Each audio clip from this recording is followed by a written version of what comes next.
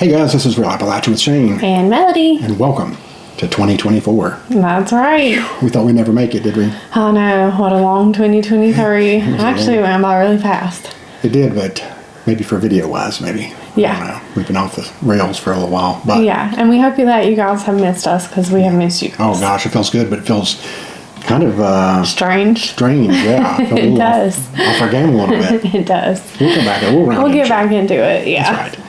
We thought we'd start back with a documentary from the 1930s based in Tennessee. Mm-hmm. And there's some scenes that have been recreated in it and some live action that's put in there too. But at the end of the day, you'll see this thing was really a propaganda piece for labor unions, the MWA and that type of thing. But that in no way diminishes a lot of the footage either. It's really exceptionally captures that era. So. Yeah, and so very interesting. So we'd like to hear your thoughts. Take a look at this and we'll see you back here at the end. All right.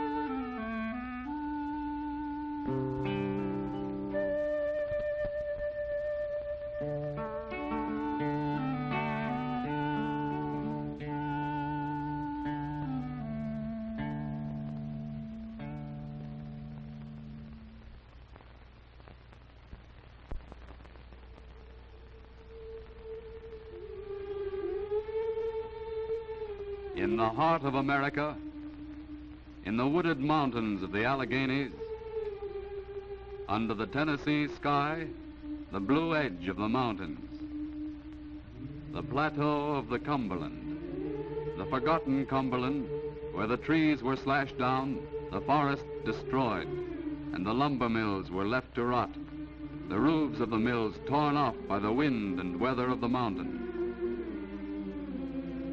Someone planned to live here, but the future was dead.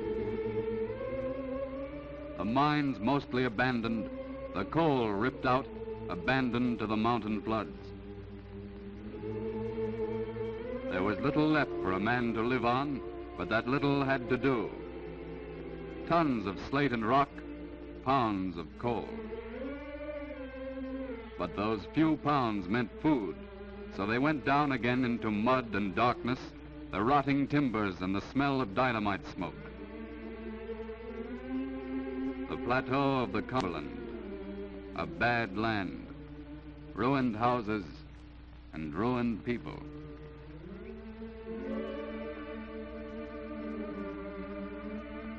Yet they're the stock of the pioneers, the tough Scots and the English, descendants of the people who came here 200 years ago with hope and a few grains of seed.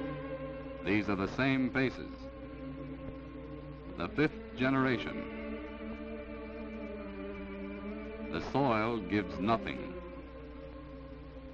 No food for the people. Stones and weeds, forgotten land, lonely and forgotten people. The old, the middle-aged, the young, the newly born. The years of hard work and hunger, and nothing left of their lives but these bits of crockery on their graves. Decorations of broken glass. The earth that failed to keep them alive.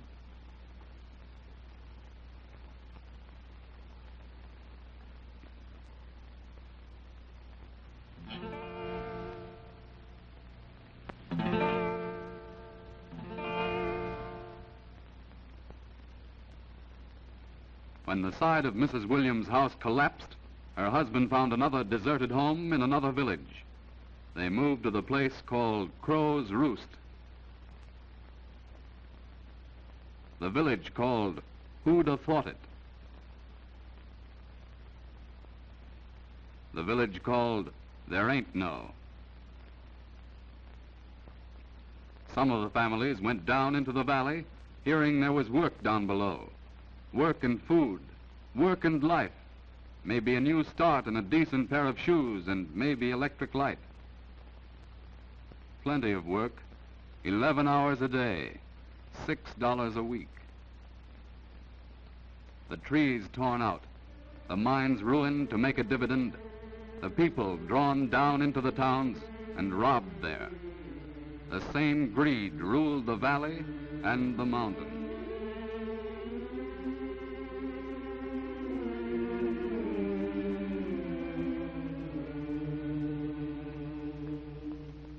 What kind of future for the children of Mrs. Vaughn, for the daughters of Mrs. Johnson?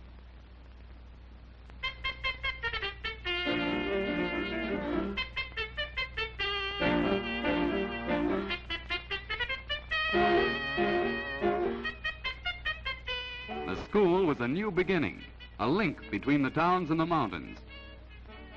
Miles Horton was its founder.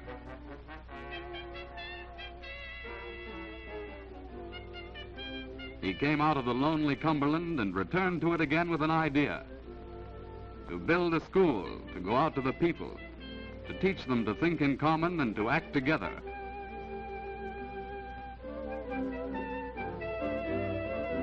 A school to go out to the broken people of the Cumberland and end their fear and their loneliness and bring them back to the world.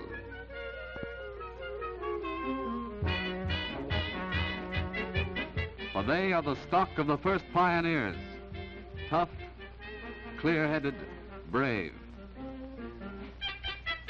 Some are skilled men like Uncle Billy Thomas, who works like his great-grandfather with hand-forged tools. But mostly they're laborers, and they say of themselves, to cut bugwood at 70 cents a day, it takes a sharp axe, a strong back, and a weak mind.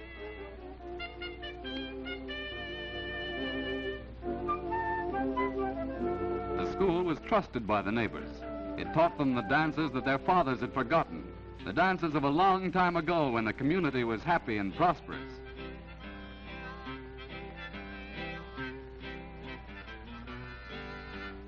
So the school took roots among the people. What are the advantages of labor unions? They give you shorter hours. And increase in wages. They protect your job. Clyde? Education. Vacations paid. What else, Mac? Brotherhood. Good. Ruby? Anything else? Increases prosperity.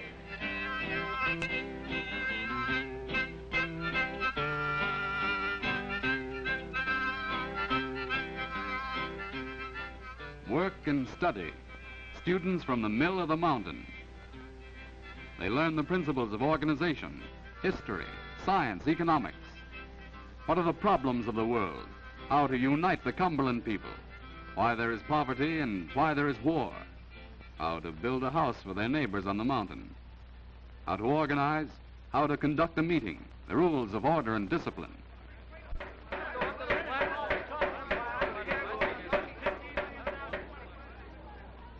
They learn by doing. Jane here thinks different. But I'm saying we better pull together all these unions or flop. That's straight. The school sent out teachers with visual charts. They taught the people by the eye and the word. At the roadside, or sometimes at a campfire, at night, in the lumber camp. They taught the people to think and to organize. Who's against us? The associations of manufacturers, the no-strike injunctions, the men who won't look and won't listen, the thugs hired in Memphis, the unions faked by the company. Who's for us? The government, the Wagner Act. The Constitution backs us up. It's a new idea. You hear it in the Cumberland in Tennessee, in the big mills of the South. 10 million voices. Get wise. Organize.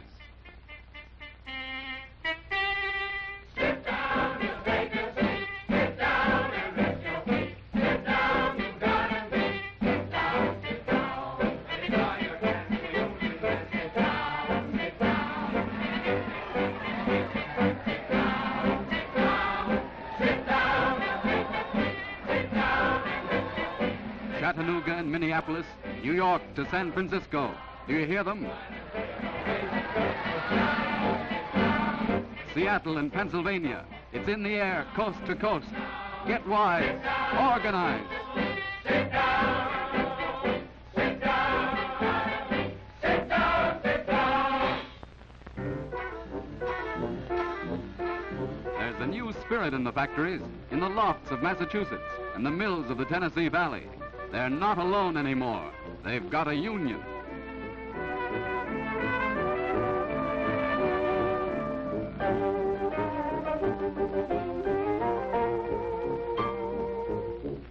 There's a new spirit in America.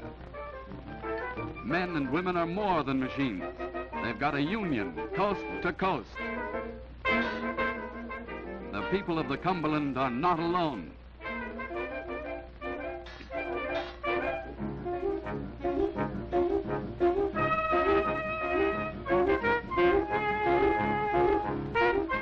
Daughters of pioneers. The girl whose sweetheart was killed in the mines. Brave, a crackerjack speaker. The leaders of the Cumberland. The people of tomorrow.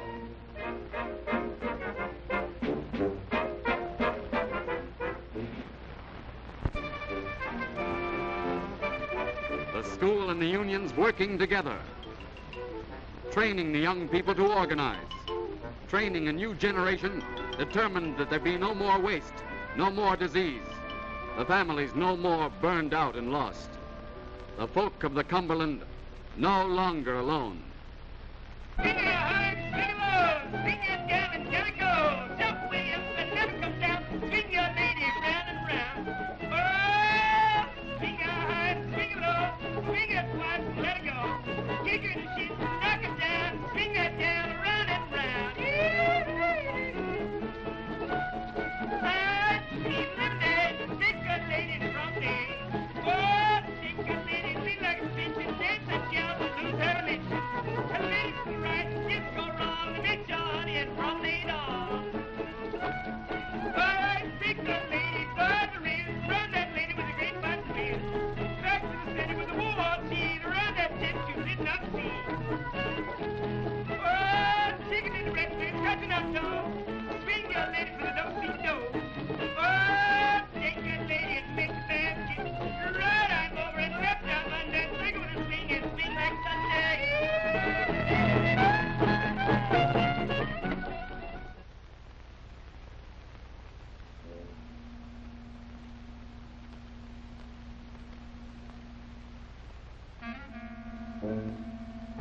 There's talk the unions are getting organized again. Want more money. We hear they're having a meeting someplace. Town will be fit to live in. Get the organizer. If we get him, we break the union. Are you willing to take an obligation which binds you upon your honor as a man? I am. To keep the same as long as life remains? And sincerely promise to bear true allegiance to the United Mine Workers of America? And to help all brothers in adversity? To have all mine workers join our union? That we may all enjoy the fruits of our labor?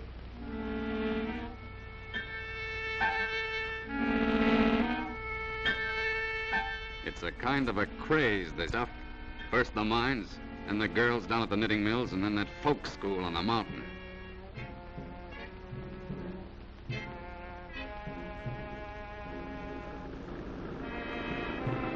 Tell that organizer to get out of Tennessee, and if he don't...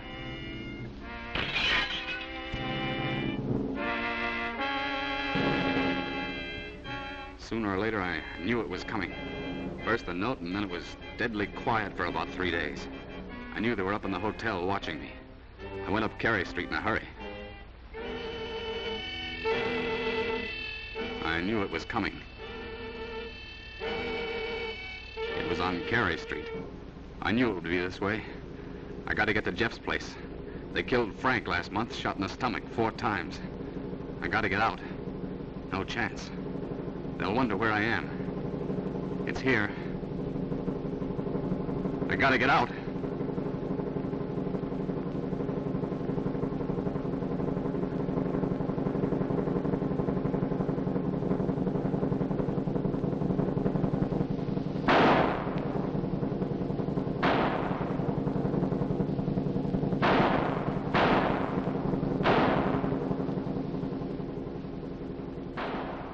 Death for one man, a stone for memory. But the miners were organized. Americans are too tough to frighten. The school went on with its work. Went to the men at the lime plant, men with hands as hard as shovels. Showed them how to make a union. A new saying came to the mountains: don't mourn, organize.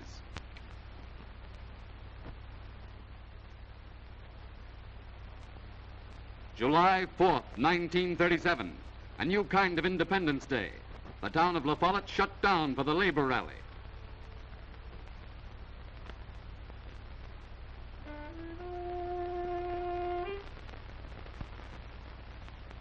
A new kind of Independence Day.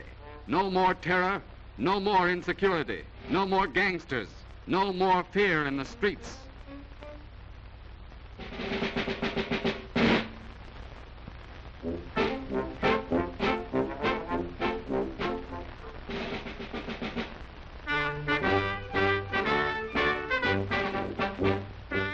The people are the unions are the people.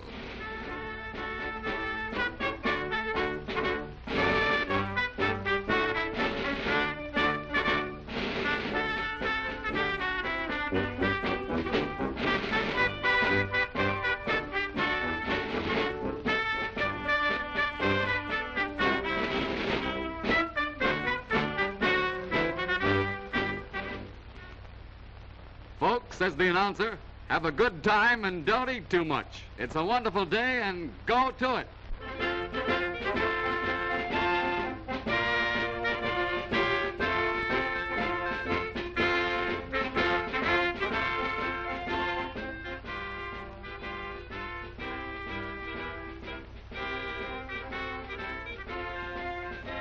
A miners' local against the boys from the mill.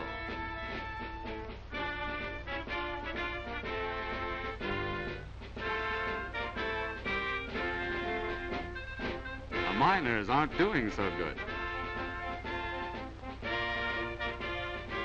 These lads are buddies on weekdays, but on holidays they slug each other.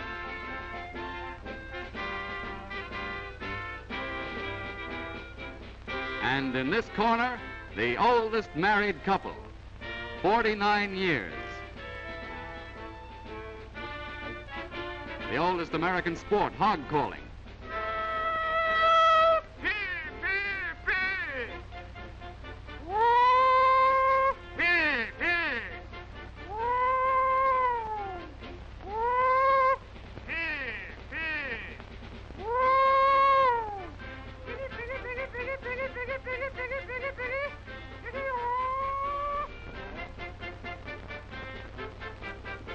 A miners' rep says, AFL or CIO, we've got to get together. That's what union means. A speaker from the Highlander Folk School promises the people of La Follette that the school will continue to answer their needs, will continue despite financial difficulties, that the school is answerable only to the people of Tennessee. Then he introduces a textile organizer who is a graduate of the school. But no more speeches. This is a holiday.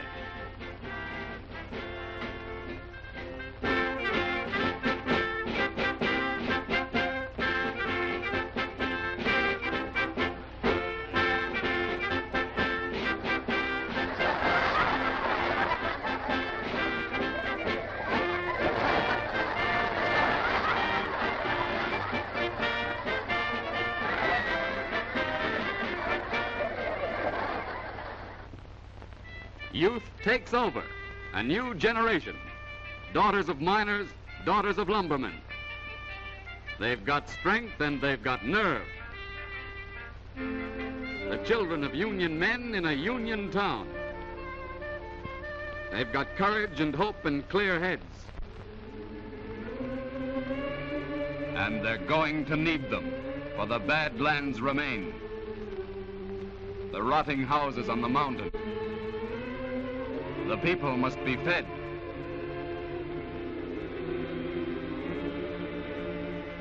No more routine of birth and death and scurvy. The land must give life. There is so much work to do, so many riches lost under the ground. There's work for 100,000 men to clear away the years of neglect, to put back the flooded soil, to bring out of the stony ground light. TVA, light for the dark valley. A good beginning, but only a beginning. This land can be rich, can bring forth wheat and fruit and hope for these American people. Union towns, good wages, decent food, a new kind of life, rich and abundant. The people stand together. Their union is their power. A new kind of America is beginning to rise. A land of the free. Power, light. A new morning for America, for the folk of the Cumberland.